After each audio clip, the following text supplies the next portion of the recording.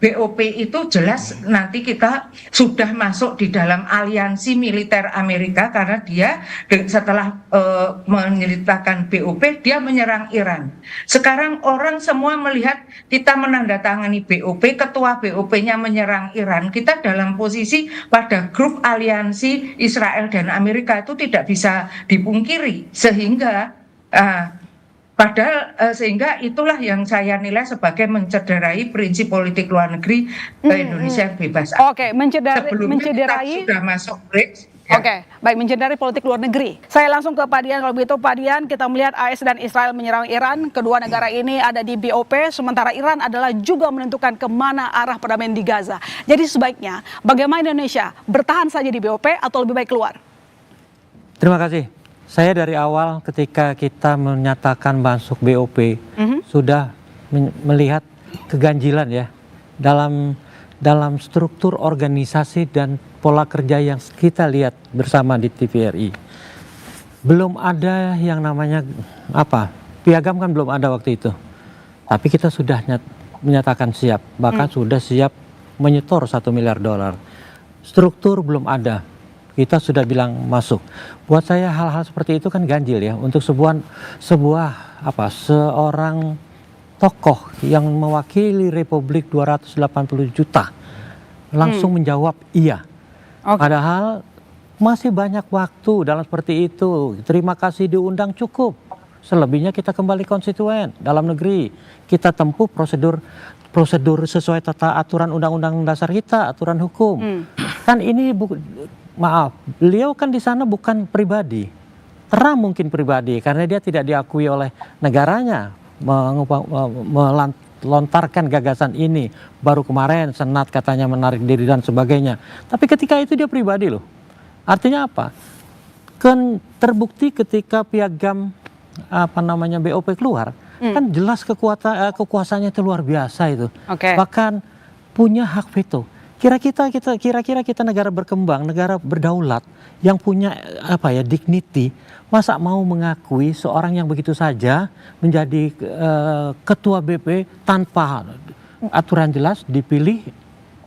Jadi pecahnya perang kemarin di Iran adalah mengonfirmasi menurut Anda lebih baik Indonesia keluar dari BOP atau stay? Oke, tapi yang kita lihat bahwa beberapa organisasi justru mengatakan bahwa sebenarnya ada peluang Indonesia menjadi juru damai, misalnya Ketua PBNU. Anda tanggapannya gimana? Buat saya narasi bisa kita pelintir, tapi kalau membaca piagamnya itu sudah banyak keganjilan kok. Kalau kita bikin matriks masing-masing pasal di perjanjian, kita bisa lihat kok mana yang cocok dengan aturan hukum kita, mana yang tidak. Yang pasti aturan ini seperti ini saja, simple, harus disetujui oleh namanya parlemen. Oke, Mbak Ulta, itu disampaikan oleh Pak Dian barusan bahwa bergabung Indonesia di BOP sebuah keganjilan, buru-buru sekali katanya, apalagi sekarang sudah pecah perang di Iran. Ya, saya rasa kalau terburu-buru atau tergesa-gesa itu tidak benar. Pak Prabowo didukung dengan tim untuk memutuskan hal ini secara strategis, bukan karena tekanan, bukan karena hal yang impulsif, tetapi memang melihat bahwa ini adalah salah satu forum yang bisa dimanfaatkan. Dan tadi Mbak Nurul juga sudah sampaikan bahwa ini bukan kartu mati, ini bukan satu-satunya opsi bagi kita untuk memperjuangkan kemerdekaan Palestina. Ada opsi yang lain, forum multilateral, dan kita sama-sama tahu bahwa memperjuangkan kemerdekaan Palestina ini adalah hal yang sangat kompleks dan tidak bisa dilakukan secara unilateral gitu. Makanya kita ada banyak channel diplomatik yang bisa kita manfaatkan. Jadi apa respon Presiden sejauh ini? Seperti apa sikapnya kira-kira yang akan diambil mengingat banyaknya desakan meminta Indonesia keluar saja dari BOP setelah pecahnya perang di Iran? Saya rasa sudah sangat jelas ya dengan tindakan Pak Presiden dengan mengundang mantan presiden, mantan wakil presiden, dan juga kemarin para tokoh keagamaan itu agar memperjelas ya, mendengarkan dan berdiskusi tentang BOP ini. Dan ternyata Pak Presiden orang yang sangat menampung argumen-argumen yang memang diperlukan. Dan sekarang ternyata banyak tokoh-tokoh yang setuju dan mulai paham gitu bahwa kemana arahnya BOP ini dan bagaimana kita bisa memanfaatkannya gitu untuk berkomunikasi kepada Trump, melalui forum ini untuk mencapai perdamaian, baik itu konflik yang sedang berjalan sekarang dan juga untuk kemerdekaan Palestina. Oke, nanti saya akan lagi. Sekarang saya ke Bu Siti. Kalau menurut Ibu Siti sendiri bagaimana? Perlukah Indonesia keluar saja dari BOP atau memanfaatkan kesempatan, ada harapan misalnya jadi juru damai? Ya, yang pertama ya, saya sangat setuju dengan Pak Dubes Dian tadi, ya, bahwa itu kalau tidak harus keluar harus ditinjau ulang, Mbak. Jadi harus ditinjau ulang dulu BOP itu apa dan keuntungan bagi Indonesia. Jadi ini kan bagian dari politik luar negeri Indonesia ya. Keputusan untuk bergabung dengan BOP itu merupakan bagian dari kebijakan politik luar negeri Indonesia. Lah, saya mengajar politik luar negeri itu adalah politik yang ditujukan keluar tapi harus demi keuntungan sebanyak-banyaknya ke dalam. Apa keuntungan kita ke dalam untuk kita bergabung di dalam BOP? Itu yang saya tidak jelas. Dan politik luar negeri itu harus diformulasikan sebelum ada kebijakan. Nah ini formulasi itu saya sebagai pengajar sulit meneliti formulasi politik luar negeri Pak Prabowo itu di mana letaknya gitu ya. Jadi tidak ada formulasinya, tiba-tiba jadi politik luar negeri itu seperti hanya person saja. Keputusan dalam satu pocket seorang presiden itu tidak bisa. Secara teori politik luar negeri itu memang presiden boleh berinisiatif tapi harus bersama-sama dengan DPR. Diputuskan dulu kebijakan kepada rakyat, kemudian dimintai masukan karena kebijakan itu akan menguntungkan kalau ada dukungan dari masyarakat. Itu yang pertama. Yang kedua bahwa BOP itu jelas nanti kita sudah masuk di dalam aliansi militer Amerika karena dia setelah menyeritakan BOP dia menyerang Iran. Sekarang orang semua melihat kita menandatangani BOP, ketua BOP-nya menyerang Iran. Kita dalam posisi pada grup aliansi Israel dan Amerika itu tidak bisa dipungkiri. Sehingga sehingga itulah yang saya nilai sebagai mencederai prinsip politik luar negeri Indonesia yang bebas. Oke, Sebelumnya mencederai. kita sudah masuk BRICS. Ya. Oke, baik, mencederai politik luar negeri, kata Bu Siti. Pak Ulta, jawaban Anda. Saya rasa tadi bahwa formulasi politik luar negeri ya dalam kondisi sekarang, karena mungkin ini hal yang baru kita hadapi. Dunia tidak lagi memiliki hanya satu unipolarity, artinya cuma satu negara adidaya, tetapi ada Cina, ada Rusia.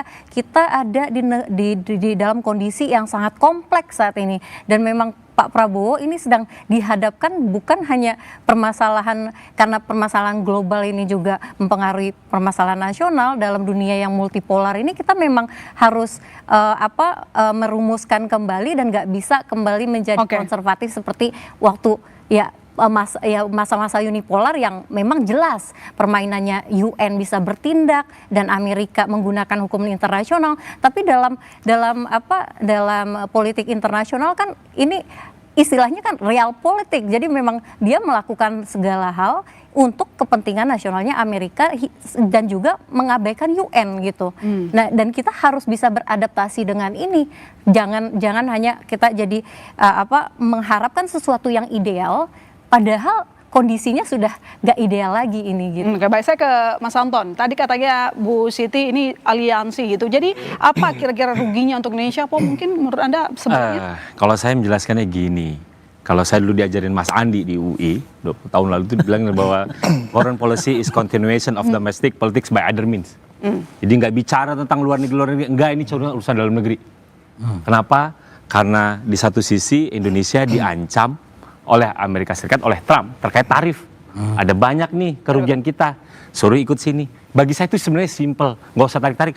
Mau ngomong unipolar dari dulu nih, dari Pak Prabowo jadi Menhan, dunianya udah kompleks kayak gini, udah multipolar. Jadi tadi yang disampaikan Mbak Ulta mentah dengan sendirinya. Bagi saya ini simple, ini ada urusan domestik yang harus diselamatkan. Itu satu.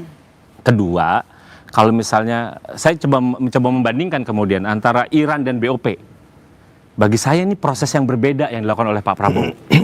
Ketika cerita tentang BOP, Presiden Prabowo melakukan pendekatannya top down. Ya, saya mau kayak gini, dilakukan. Tapi ketika cerita Iran, Pak Prabowo berbeda pendekatannya. Yang dilakukannya adalah bottom up.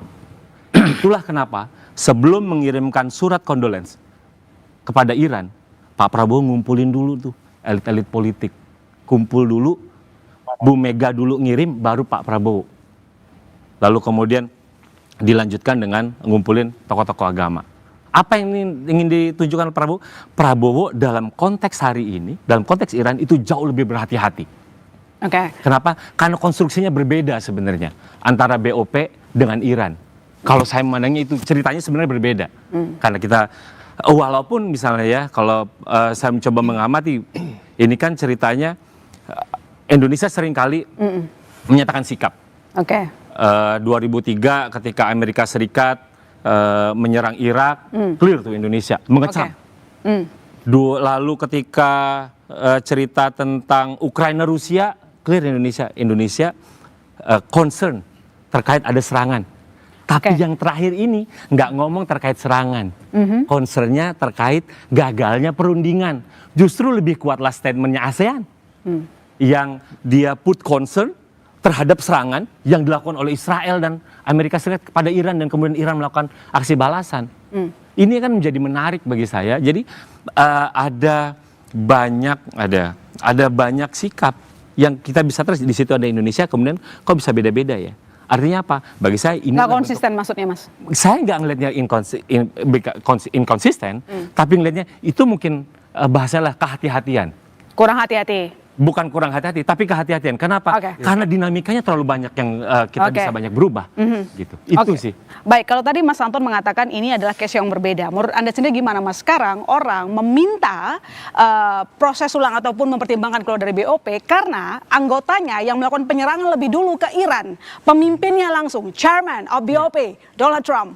Dijawab sekarang atau nanti? Sekarang. Biasanya saya dijebak. Pendek aja, Makanya itu Oke, saya rasa clue-nya udah benar tadi. Tapi saya ingin berangkat dari perkembangan 176 kurang lebih 50 menit semenjak serangan dilakukan jam 1 hari Sabtu. Karena bagi saya forum berulang, saya ingin memberikan yang baru juga kepada publik daripada itu-itu aja. Perkembangan terbaru yang saya bisa update adalah ada 2 minimal, Mbak. Yang pertama, baru saya lihat di media Timur Tengah bahwa Presiden Iran itu sudah mulai menyampaikan bahwa ada negara-negara yang mencoba melakukan mediasi. Ini Presiden Iran, Masoud Pezeshkian. Dan ini pasti penting berkaitan dengan perkembangan yang ada. Dan yang kedua, nah ini mungkin nanti dengan Mas Agung akan jadi bahan lebih cair lagi. Israel sudah menyampaikan bahwa dia sudah memasuki fase kedua dari perang ini.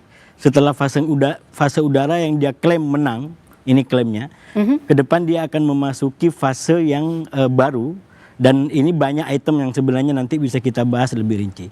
Saya ingin masuk kepada yang disampaikan tadi. Nah, menurut saya item seperti ini mestinya memang dipahami dalam konteks badan-badan atau konstruksi yang berbeda. Saya selalu katakan Palestina itu, Timur Tengah secara umum itu terbuat dari hal-hal yang unik. Iran itu konstruksinya berbeda dengan Palestina, dengan Hizbullah, dengan katakanlah negara yang lain. Nah, saya heran, terus terang heran, di Indonesia itu tiba-tiba seakan-akan masalahnya Iran lalu jawabannya keluar dari BOP. Itu sebenarnya logika kalau ditarik tadi itu bagus. Kalau memang konstruksinya berbeda, ayo kita paparkan di mana relevansinya dengan BOP. Oke, katakan Trump yang blunder begitu, tiba-tiba kampanye perdamaian. Kita bedah satu persatu. Masih cukup waktunya? Nggak cukup, nanti kita sambung ke topik bola liar, saudara.